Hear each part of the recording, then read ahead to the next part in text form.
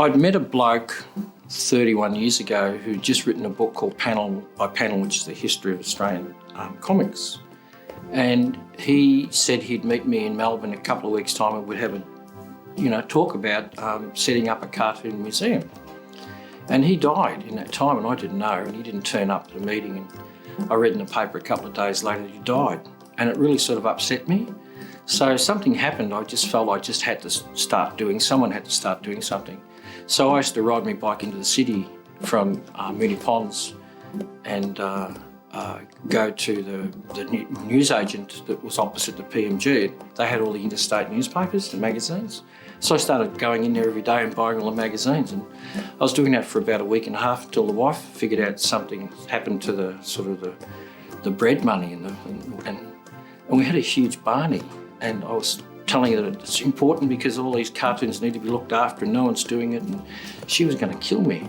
And it was the biggest argument we ever had. And then all of a sudden, in the middle of the conversation, the phone rang, and her father was offering me a job at Ansett as a cleaner on the aeroplanes.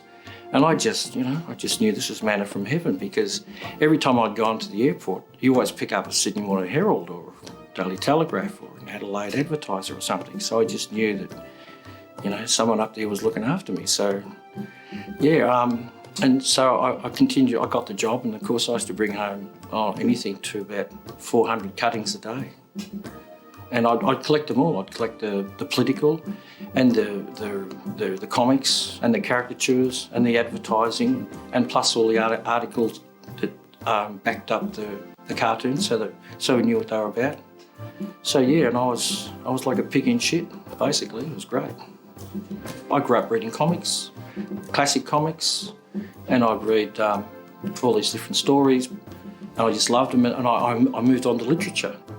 And I see them as little poems, little visual poems, and I just think they're very playful and very funny and very insightful. And that's what cartoons do. They use symbols and they use metaphors, and these are what the brain uses. The brain doesn't exist in words; it uses imagery. And I think one of the wonderful things about cartoons is that when there's words in a cartoon, one part of the brain has to process the words and the other part of the brain has to process the images. So when they have to come together, you get that feeling of, Tandberg's telling the truth. He's struck the irony of the political situation. And I think that's why we all love cartoons. They also make us laugh. And I just think that they're underused resource. I'm not a natural archivist at all. I mean, my life is pretty shambles like everybody's, you can't find things, books and things. But when you have that many objects, you have to get organised. So I've become an organised person. And it's not natural, but, and I don't particularly like or want to do what I do, but nobody else is doing it, and it's important. I once read that James Joyce says that if you go deep enough into any subject, any individual subject, you suddenly, something crystallises and you seem to understand how the universe and everything else works. And because of the degree of my obsession, I've actually gone to that sort of artistic pain barrier. And I believe what he says is true. It doesn't really matter what you get yourself into. You could be studying Egyptology or corrugated iron, the history of corrugated iron. If you get into something deep enough, you come up with the metaphors.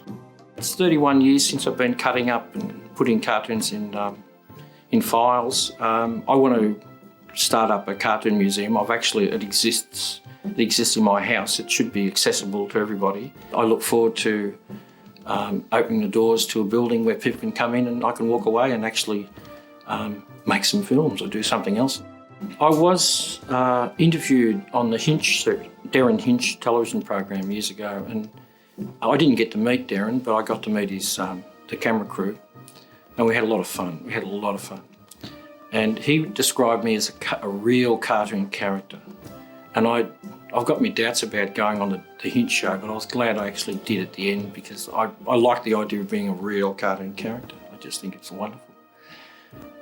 I think it's pretty hard to sort of label people, but I think it's pretty accurate.